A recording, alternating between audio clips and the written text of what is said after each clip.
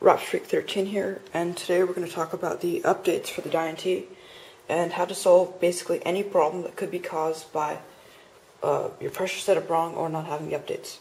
But first we're going to show the updates. First we have the copper secondary spool spring. The previous ones were silver, so here we go. This is the updated one. It is copper. So if you don't have that, just call Dye. They'll send you that free of charge. Put that aside. Then we have the front, not the rear, notched spool bumper. The rear one is supposed to be flat. But if you don't have this, again, contact Dye, and they'll send you one of these free of charge. All of the new NTs since December have been shipping with all these updates. So if you got one directly from Dye, then double check just to make sure, but you probably have them all. Okay, second we have the second generation eye pipe, which has the dusted rear section. I don't know if you can see that. Yeah. The rear section there is dusted. Notice this is polished there, dusted in the rear. This means that you have the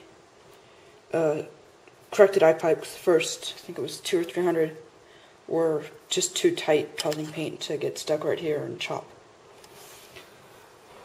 Okay, so if you have all those and you're still having issues, then here's the solution.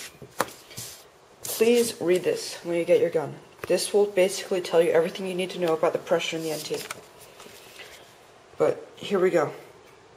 Here's the one line that you need to read. The NT bolt kit is designed to work at a very specific pressure range. For correct function of the NT marker, the input pressure from the Hyper 3 regulator must be within 130 to 150 psi. Right there. If it drops below 130 psi, you're going to get choking issues and the bolt's not going to cycle correctly when it gets to a stream of paint, which will cause it to chop. So just the easiest way to set it to 300 or 130 psi, corona the gun to 300 feet per second with no spacers or the spacer body. Once you've done that, your gun is at 130 psi. But as you can see, it's fine to raise the pressure to 150 if you want to get increased efficiency with the spacers, but just don't lower it below that 130 mark.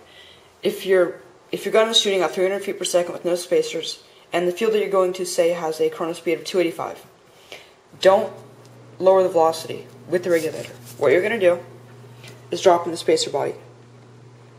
And let's see what it says this here. Just a second.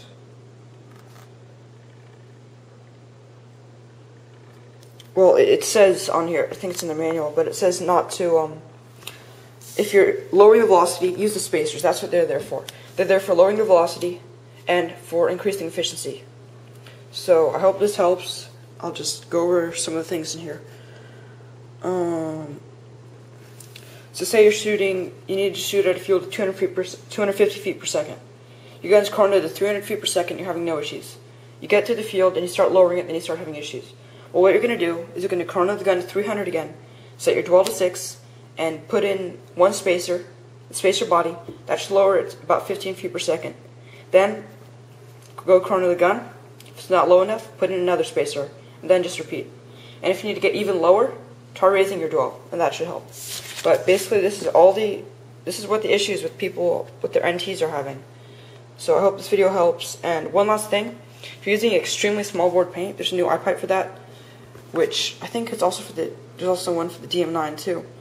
But just call Dye and get one of those. It has I have it with me, but I don't want to get it out of the gun right now. It has a dusted rear section and a little ring right there, like another ring that's a lot thinner. So that would allow you to shoot the small board paint, because a lot of companies are lowering their bore size to keep costs down. But I hope this helps. Message me if you have any questions about teching your NT.